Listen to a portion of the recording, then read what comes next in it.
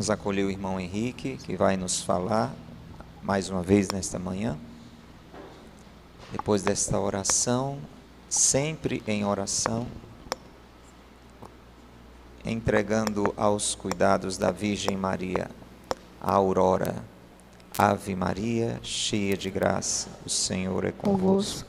Bendita sois vós entre as mulheres, e bendito é o fruto do vosso ventre, Jesus.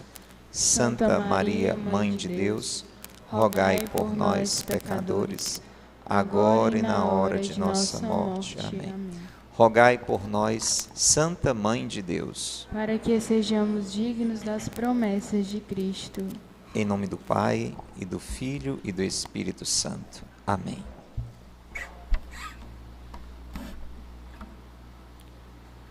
Escolher o Cristo. Ele nos coloca diante de uma alternativa. Quem quiser salvar sua vida, a perderá. Quem dará sua vida pelo amor de mim, a encontrará. Mas ele não impõe a escolha. Deixa todos livres para escolher ou rejeitar. Ele nunca obriga. Desde mais que 2000 anos, simplesmente bondoso e humilde de coração, ele ficou na porta de todos os corações humanos e bateu. Você me ama? Quando parece que a capacidade de responder a ele desapareceu, a ti de chamar ele, dá-me de me entregar, descansar em você, o Cristo, de corpo e do Espírito. Como ontem comecei com uma oração do irmão Roger, fundador da nossa comunidade. Bom dia, muito obrigado por esse momento de oração que prepara o nosso coração para este dia de busca, uma disposição de coração para as palavras que eu preciso escutar na minha vida hoje, podem entrar, ecoar e crescer essas sementinhas de coragem para colocar esta pequena palavra em prática. Mais uma vez, bem-vindos também aos convidados daqui da cidade, de outras cidades aqui de Ceará, virtualmente, e também dos amigos na Alemanha. Willkommen heute, einen neuen Tag. Sehr gut zusammen zu sein. Eu não falei nada estranho, eu só falei que é bom de estar juntos, né, em alemão.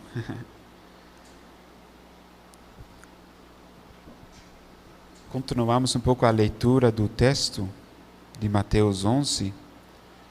Jesus começou a agradecer.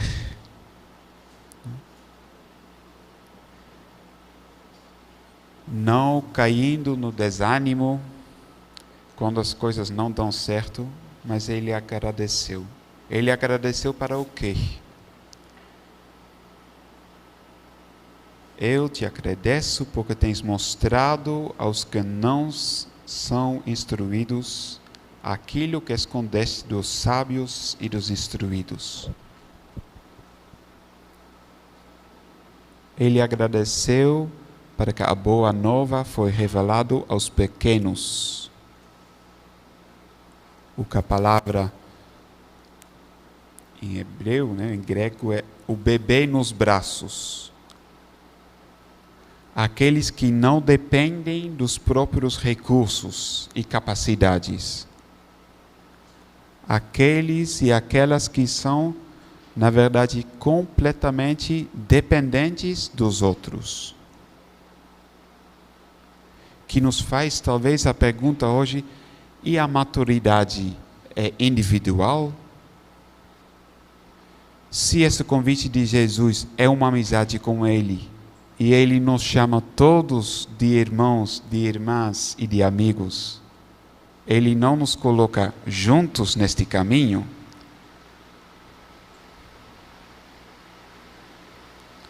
eu ficar mais e mais forte e firme, mais sábio ou inteligente, mais preparado para a vida em seguida de Jesus. A maturidade é essa? Na exortação para o ano que vocês vão seguir, é assumir a vida de Cristo em nós. Em nós, né? Em comunidade, na igreja, mais tarde, como igreja caminhando juntos. Né? Então essa maturidade não vem sozinho, não é só dessa relação pessoal de ti junto com Jesus, junto com Deus, mas é um caminho juntos. Que estamos dependentes um dos outros, que precisamos um dos outros. Então eu estava me perguntando, lendo esta frase, não? Jesus diz ao Pai, eu te agradeço porque tens mostrado a boa nova aos que não são instruídos. Isso é lógica? Aí eu estava pensando, por exemplo, o evento Adoremos. Como vamos anunciar essa boa notícia que tem um evento que vai ajudar muitos jovens e menos jovens para adorar, para conhecer o Senhor, para se aproximar, para acolher em nossas vidas concretas? Como vamos anunciar? Hoje em dia, vamos fazer o quê? Mídia social. Ótimo. Vamos pedir a alguém que tem 5 seguidores no Instagram ou alguém que tem 500. Qual é a lógica? Aonde vamos divulgar? Quando eu cheguei, eu recebi essa camisa. E o padre me falou o seguinte: você vai ficar na frente da câmara, então é bem visível, e melhor dar essa camisa a você do que a irmã Sofia, porque muitas mais pessoas vão ver essa postura impressionante desse holandês de 1,90 m do que o mídia corpo da irmã Sofia. Isso é a nossa lógica. É mais visível, claro, vamos partilhar esta boa nova desse sentido, desse jeito. E a lógica de Deus é o quê? Essa loucura, ele vai dizer, não, ainda mais, eu vou dar essa camisa à irmã Sofia, ela vai ficar escondida num cantinho que ninguém nem sabe onde ela está. E é assim que eu vou partilhar a boa nova. Então, é uma lógica completamente diferente. Porque Deus é Deus. E Ele é presente, dada gratuitamente. E essa boa nova, talvez porque também é revelado de uma maneira que não corresponde com nossa lógica. Primeiramente, também, a questão não é, eu estou entendendo o que ele está revelando? Porque a boa nova é revelado. Uma outra palavra que é muito bonito, que é um pouco o mesmo sentido que revelado, é descoberta. Então, literalmente, em nós, alguma coisa que faz parte do nosso ser, como criação, na terra, como filhos e filhas de Deus, alguma coisa que está bem escondido, bem no profundo de nós, a minha identidade, eu sou filho e filha amada de Deus, Ele me criou, Ele descoberta um pouquinho, revela um pouquinho que isso é lá. Eu estou entendendo o que Ele está dizendo, isso é aqui, a boa nova, eu estou entendendo aqui, com minha inteligência, eu estou tentando, mas é num outro lugar, nos entrailhas. Muitas vezes, quando eu leio o Evangelho, penso, é tão estranho, esses 12 discípulos de Jesus, tantas vezes no Evangelho, dá para eles não entenderam nada do que Jesus dizia. interpretaram as palavras de Jesus completamente de uma outra forma. Então me perguntei, mas Jesus, por que você escolheu esses 12 homens para te seguir, se eles não estavam preparados a entender o que você queria dar a eles, dar para entender os seus ensinamentos? Felizes vocês, os pobres de coração, porque o reino de Deus pertence a vocês. Né? Como a gente canta na comunidade, felizes vocês, os pobres, a vocês pertence o reino de Deus. Que essa boa nova se revela, e a gente não entende por quê, se revela aos que reconhecem a sua pobreza e que têm as mãos vazias. Ele escondeu as pessoas que estudaram as leis durante muitos anos, não entenderam, não foi revelado dentro deles, porque já estava cheio de muita coisa. E aqueles pescadores que nunca foram na escola,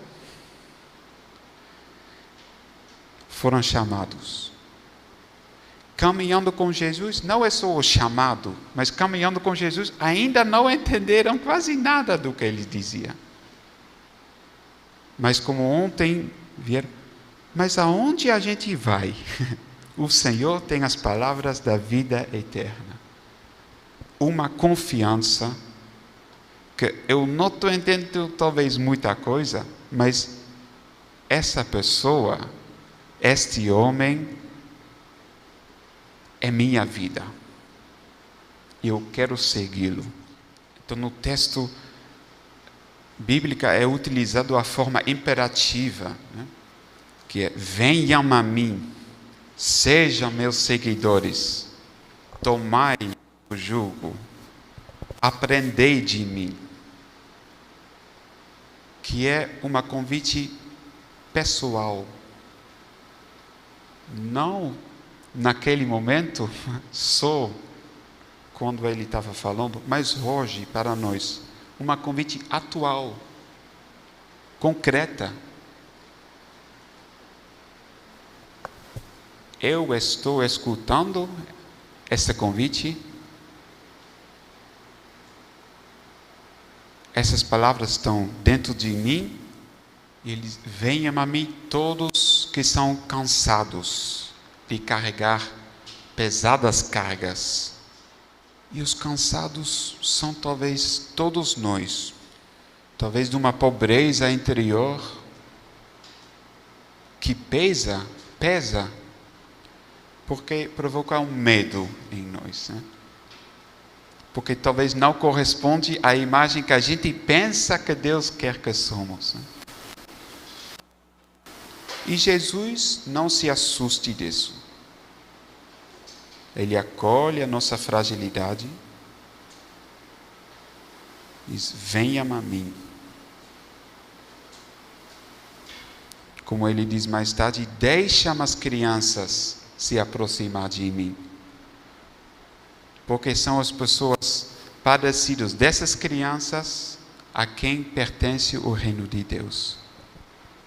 As crianças que não entendem, não têm valor na sociedade, mas que sabem que dependem de um outro, de uma confiança natural. Eu não estou no meio da minha vida. Aí eu lembrei naquela viagem na Ásia que eu passei em Calcutá, em Índia, e eu não me lembro muito bem como, mas aconteceu que eu fui visitar a casa de Madre Teresa de Calcutá. Calcutá, desculpe. É minha língua, né? A cidade, às vezes, Calcutá, né? Na Índia. E eu descobri depois que, quando eu entrei na casa, estava uma frase colada lá na parede. Eu descobri depois que cada dia mudava essa frase. Mas no dia que eu visitei, a frase foi: Deus precisa nossa pequenez, nosso ser pequeno, não nosso esplendor. Por que eu estou lembrando isso, eu não sei. Me marcou. Muitos anos depois, quando eu entrei na comunidade, eu fiz uma releitura da minha vida, eu vi que essa frase, por exemplo, foi uma das sementes. Eu fui pesquisar quem é essa mulher. Todo mundo conhecia, porque é muito conhecido no mundo inteiro. E eu li um livro dela, depois da morte dela, um livro pessoal dela, e eu descobri que durante mais que 30 anos na vida dela, ela não sentiu a presença de Deus. E eu, começando nessa aventura da vida religiosa, essa loucura da vida religiosa, li isso e pensei, se eu pensei que teve uma pessoa que estava perto de Deus, era ela.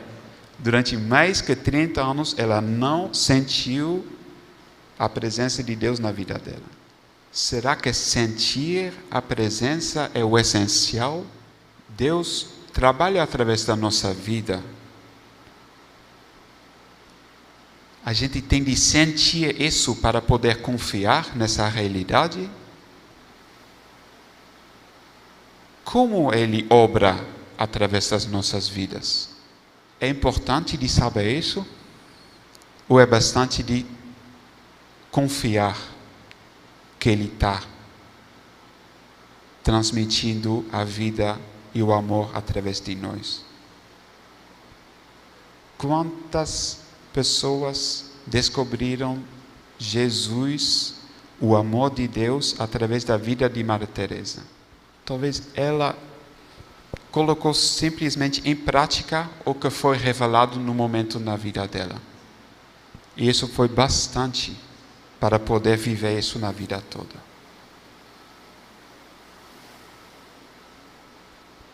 A gente sempre quer mais, comparando, escutando, às vezes, testemunhos das outras pessoas, como Deus age, como Deus fala nas orações dos outros. Que relação bonita! Que confiança na existência de Deus, que proximidade com Jesus. Eu quero isso. Deus revela a cada um e a cada uma o que estamos precisando, basta. A nós de viver o que nos foi revelado.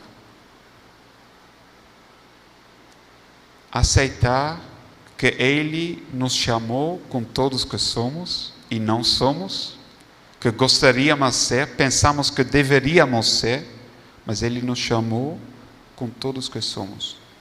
Ele nos dá tudo o que precisamos para que Ele pode partilhar a presença e o amor dEle nessa vida.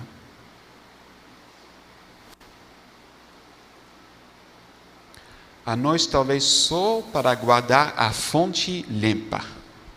Eu não sei se vocês já viram, porque aqui no sertão, o seco do sertão, talvez não tem tantas fontes de água. Aí lá em Tezé tem uma pequena fonte, aí uma água que brota, né? Sempre tem água, mas você não vê movimento nenhuma. Não é a água que sai assim com força. Tem água que sai, você não percebe. Água que está debordando com o tempo. Tem de guardar limpo esse lugar? Tem de guardar limpo. Você percebe, você sabe de onde vem exatamente? Você percebe a força da água viva que está saindo? Você está sentindo, vendo, percebendo? Não. A água está debordando? Sim. Então, como guardar essa fonte limpa para que a água pode continuar a correr em nossas vidas? A gente quer ser eficaz, Vamos fazer estratégias e planos para fazer isso. E às vezes eu penso, talvez a única coisa que Ele nos pergunta é estar simplesmente diante de Deus, na nossa pobreza, mãos abertas, para receber esta presente gratuita. E assim, a nossa pobreza interior se torna a porta através do qual Deus quer entrar em nossas vidas. E isso vai muito contra a nossa lógica. Na minha lógica pessoal, pensa, as coisas que me afastam de Deus, eu tenho de purificar, eu tenho de arrumar essas coisas que me atrapalham a mim, que atrapalham os outros, que atrapalham a minha oração, que atrapalham a minha relação com Deus, eu tenho de arrumar. Eu tenho de me livrar um pouco disso. E às vezes eu penso, talvez é justamente essas coisas que Deus usa para se revelar através das nossas vidas. A cruz é perfeito exemplo disso. Terminou a missão. Acabou. Não é um rei glorioso do jeito nenhum que foi aceitado e aplaudido e louvado por o mundo todo, para todos os povos. Os discípulos pensavam que era isso. Vamos na Jerusalém. Ele vai se tornar rei. Ele foi acolhido como rei. Maltratado, mutilado, crucificado. Como isso é sucesso? E justamente através da cruz, Deus revela o amor que depassa todo o nosso entendimento. Talvez dentro de nós é um pouco do mesmo jeito.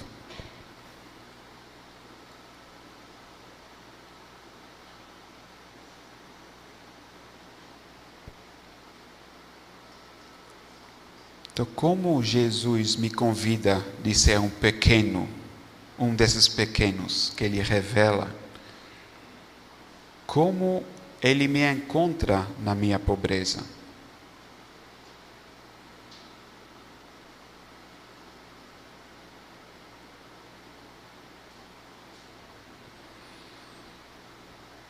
Cansados também, sobrecarregados, porque tem muitas exigências. Jesus, as exigências, baterias já falham. Obrigado. Exigências variadas, talvez para as pessoas mais sinceros, né? Que tentavam com todas as forças, com toda a vontade a seguir as leis, as orações, se aproximar de Deus, viver segundo os comandamentos. Os mais sinceros sentiam-se sobrecarregados, porque sabiam que nunca serão perfeitos. Tantas leis que nunca vai conseguir cumprir todos, né? Eu vou fazer o máximo, mas sempre tem alguma coisa que falta. Eu nunca vou ser perfeita, não. Para os mais fracos, essas exigências talvez teve com efeito que, por falta de vontade ou inteligência, que pode se sentir ou pensar excluídos do povo de Deus. Talvez são esses os oprimidos.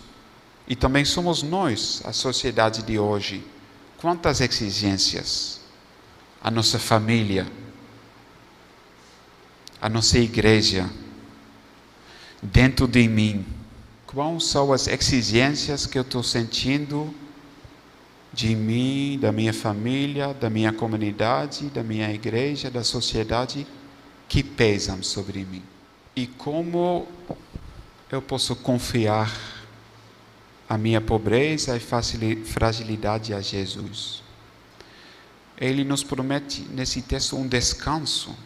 Que tipo de descanso é isso? Depois um dia de trabalho duro, somos fatigados, chegamos em casa, mesa de manhã, as meninas têm de se levantar às 4h30, já a noite antes, chegamos às 11, meia-noite, tarde, o dia todo tem de escutar esse estrangeiro que fala de um jeito estranho.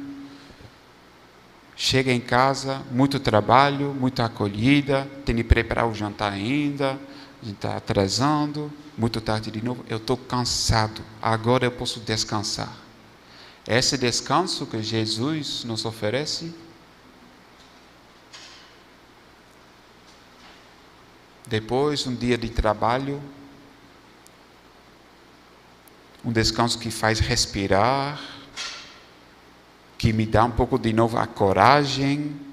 Talvez é um descanso, não aquele descanso que vem depois de um esforço, mas aquele descanso que se faz presente no coração mesmo do esforço. Para quem responde nesse convite de Jesus, venha a mim, entrega tudo a mim, se aproxima de mim. Que é um descanso de uma descoberta, uma redescoberta contínua, que uma vida concreta com Deus é possível. Uma vida concreta junto com Deus é possível. E cada dia de novo temos de redescobrir isso um pouquinho. É um descanso que Ele nos oferece que não é passivo. Não é, eu vou me deitar no sofá, eu vou descansar, o esforço acabou. É um descanso que nos faz levantar, paradoxalmente, né? Quando, 2 anos atrás, o irmão Aloís, o responsável agora, o prior da comunidade, foi em Roma para encontrar o Papa Francisco, porque cada ano o irmão está para uma audiência privada em Roma, convidado. O Papa Francisco gravou um pequeno vídeo, mensagem para os jovens que frequentam TZ, para partilhar um pouquinho. E ele falou várias coisas, e entre as coisas, ele falou: eu desejo para todos vocês uma doença muito boa, que todos vocês pegam essa doença. E eu estava escutando a primeira vez, eu pensei, poxa, o corona não chegou ainda, né? Então ninguém sabe. Que doença é essa? Eu desejo todos vocês aqui presentes a mesma doença. Eu desejo que todo mundo vai ser infectado e vai também infectar os outros com essa doença. Alergia de sofá. Alergia de sofá. Né? Se levanta, né? Se não sabe como fazer, mas saia.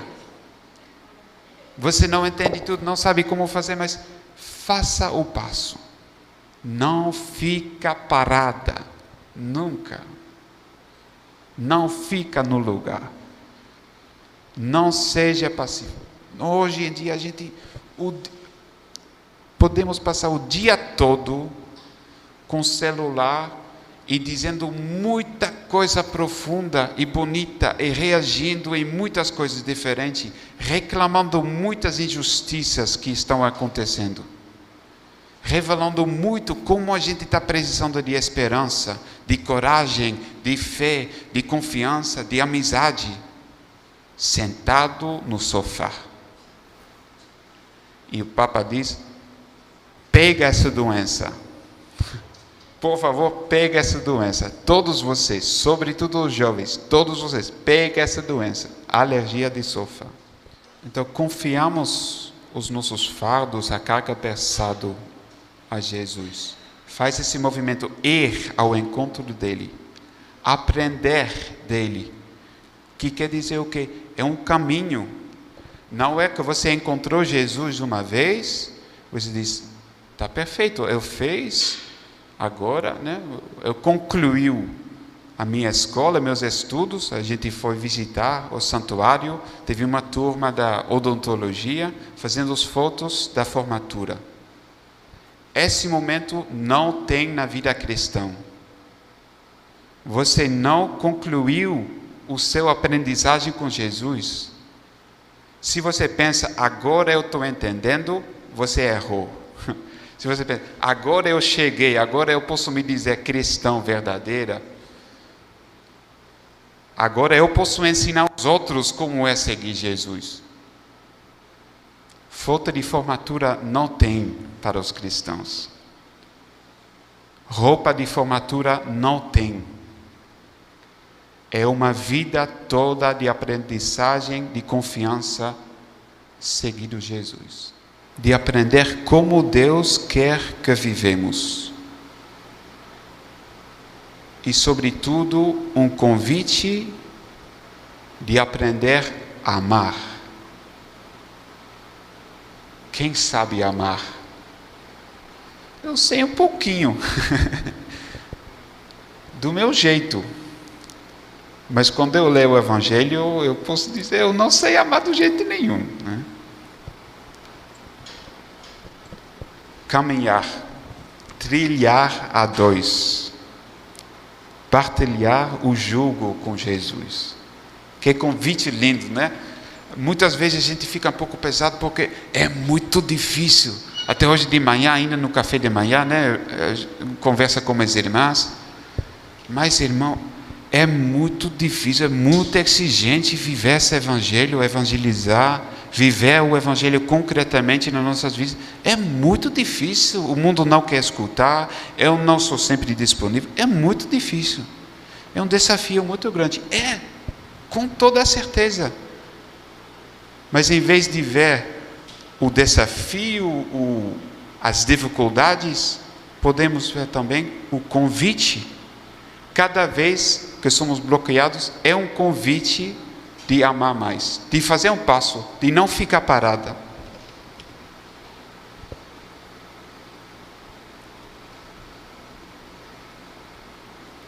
Mas o que Jesus nos demanda é muito exigente, é super radical. Quem já pediu que vai perdoar 70 vezes, 7 vezes, 70 vezes, 70 vezes, que vai amar o seu inimigo, que quando alguém dá um tapa na sua cara, vira ao outro lado. Quem pode responder nessas exigências? Como isso é possível que a gente pode viver conforme nessas coisas que Jesus nos diz?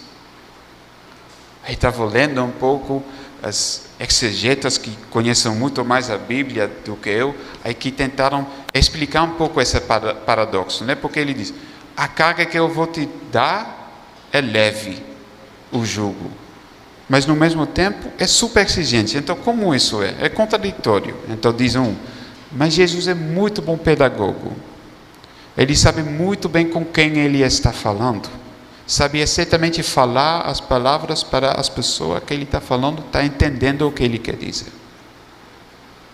O outro diz, sim, mas é a lei de amor, né? Através de Jesus, o amor de Deus se revela, e isso faz que todas as coisas que parecem completamente impossíveis para nós, se façam possível. O outro diz, ainda não é, porque ele não está só, né? Jesus nos dá todo também o Espírito Santo, que acompanha ele, que acompanha a gente, que cria uma criação nova. Ele renova as nossas inteligências e a nossa vontade. Somos um povo novo. É uma comunhão verdadeira com Deus. Um povo que vive uma comunhão verdadeira com Deus, através do Espírito Santo. Um povo de pobres e humildes. Mas todos os três, talvez, revelando uma parte da realidade, da verdade, Jesus não fala do Espírito, nem da força do amor. O centro do convite é a pessoa de Jesus. A pessoa de Jesus. Venham a mim, sejam meus seguidores. Aprendam de mim, pegam meu jugo, vocês são meus amigos. O segredo do paradoxo das exigências é a buscar em Ele. Aquele que é manso e humilde de coração. Então, o descanso se refere sobretudo à nossa divisão interior, talvez. As contradições que habitam dentro de nós. E nos esgotam. Tiram todas as nossas forças, a nossa coragem. E Jesus nos pega sem excluir nada. Com toda a nossa humanidade. Ele cria uma unidade dentro de nós. Ele não chama apenas a nossa vontade e a inteligência, mas ele vislumbra o centro profundo do nosso ser, o nosso coração. Então, o perdão e a misericórdia dele talvez não tanto nos mudam, mas nos unifica. Unifica. Porque reconciliados com Deus, podemos ser reconciliados com nós mesmos e com todas e todos em nosso redor. Ele quer que nós nos tornamos plenamente nós. Assumindo a nossa identidade, a nossa humanidade, acolhida por Ele. Isso abre uma nova maneira de viver, porque o jugo dele é feito para nós, conforme ao que somos no fundo do nosso ser. Jesus chama quem se sabe pobre. Pense nas bem-aventuranças, né? Talvez sem passar, no de Mateus 5, né? Sem passar nas primeiras 3 bem-aventuranças, né? Não temos acesso aos seguintes: a aceitação de uma pobreza, passamos pela dor e pela fome de justiça. Talvez, se não passamos nesses 3 primeiros, talvez não temos acesso aos outros, que é a misericórdia, a paz e a pureza do coração.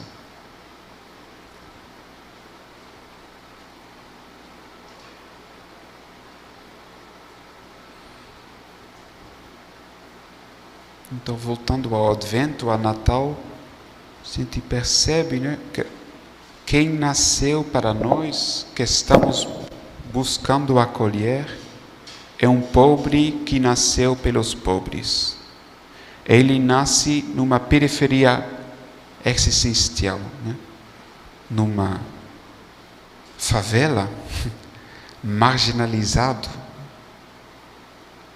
como sinal da esperança da fraternidade universal, mas excluído. Ele nasce lá. E os primeiros a quem Deus revela que o rei humilde, o rei pobre, o nosso Salvador Jesus nasceu, são os pastores. Os homens que trabalham durante a noite, que não acharam trabalho durante o dia, que tem mau cheiro, como o Padre Francisco também diz, a gente chama todos nós, se você é pastor, tem de ter o cheiro dos seus ovelhos. Muito forte isso. Como cristãos, somos chamados a ter o cheiro dos ovelhos. Se aproximar dessa pobreza que existe em nossos mundos, nas periferias. A gente falou no café de manhã sobre São Francisco. A conversão dele aconteceu num abraço com um leproso. Tocou. Se colocou nessa situação que é perigoso, porque pode se transmitir. abraçou.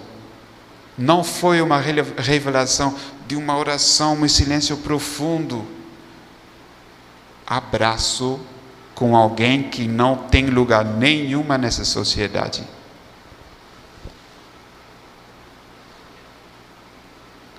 Imagina um pastor um pastor da noite, chegar depois de uma noite de trabalho, trabalhou aqui no sertão, cuidando, tudo cheio de poeira, transpiração, porque está muito quente, teve de subir lá as montanhas aqui atrás, descer de novo, subir de novo, perdeu algumas, foi atrás. Ele chega aqui às 7:30 da manhã e diz: rapaz, eu quero ir na missa. Um cheiro horrível, transpiração suja. Vai tomar banho e vem na missa depois, né? Refresca um pouquinho, coloca outras roupinhas aí e vai voltar.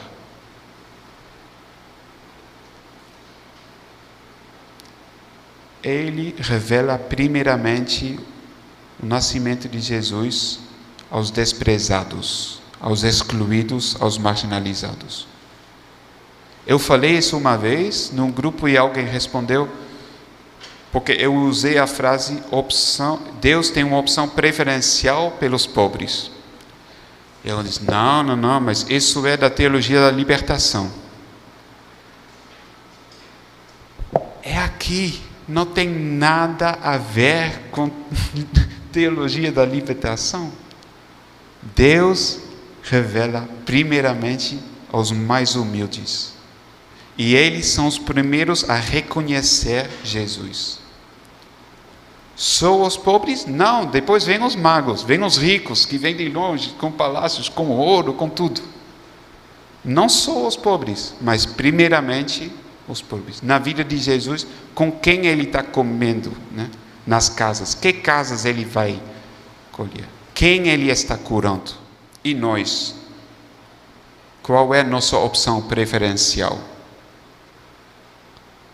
E eu? O que é minha opção preferencial? Aí uma das primeiras palavras aos pastores é: não tenha medo. Não tenha medo do outro. Não tenha medo daquele que você não está esperando, que você não pode imaginar que é assim. Não tenha medo.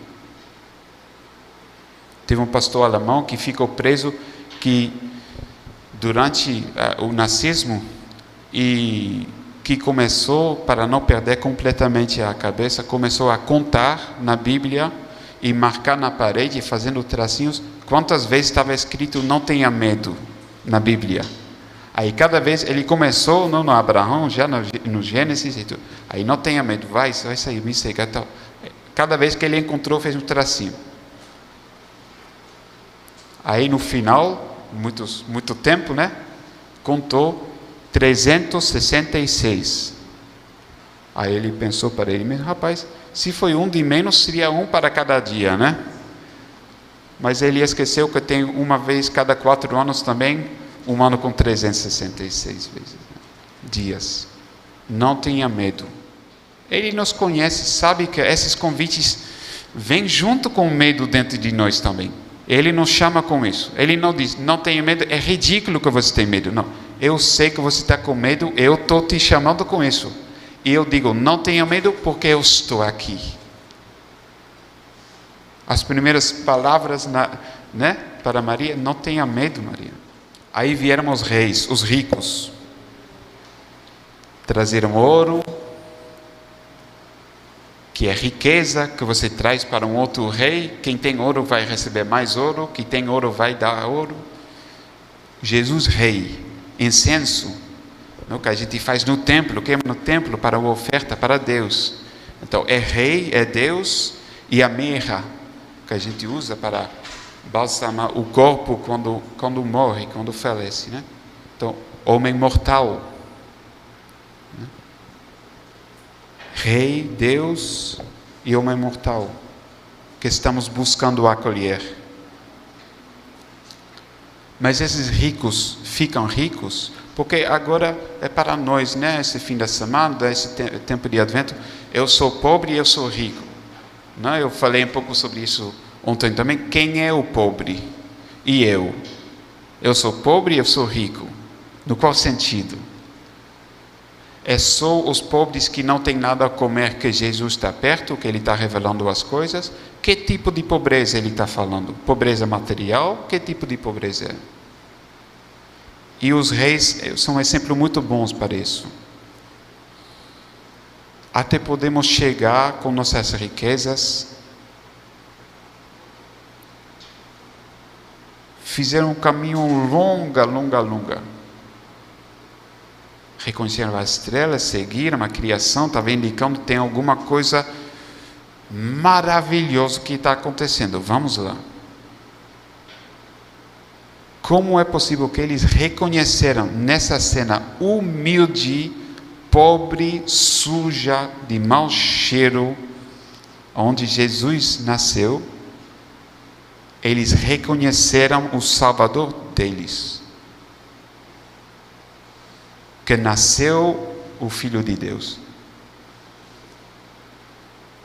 que é contra a lógica, porque quando tem uma coisa tão grande que acontece e chega lá, a reação normal seria o quê?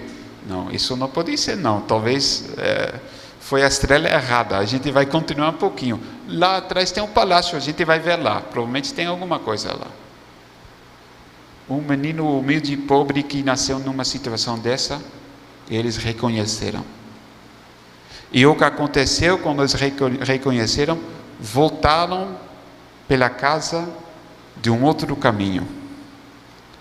Mudou a vida. Se a gente acolhe a palavra, se a gente acolhe o convite de Jesus, se a gente acolhe a radicalidade do Evangelho, não podemos continuar a viver do mesmo jeito. A gente tem de tomar outros caminhos desconhecidos.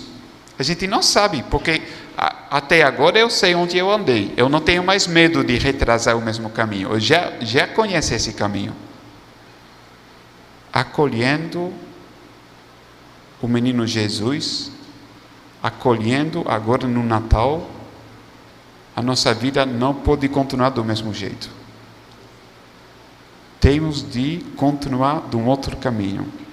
Qual é esse caminho para mim? Ele me chama para o quê? Confiando na presença, na amizade, que eu não estou andando sozinho, com doença de alergia de sofá, fazendo o trilho com ele.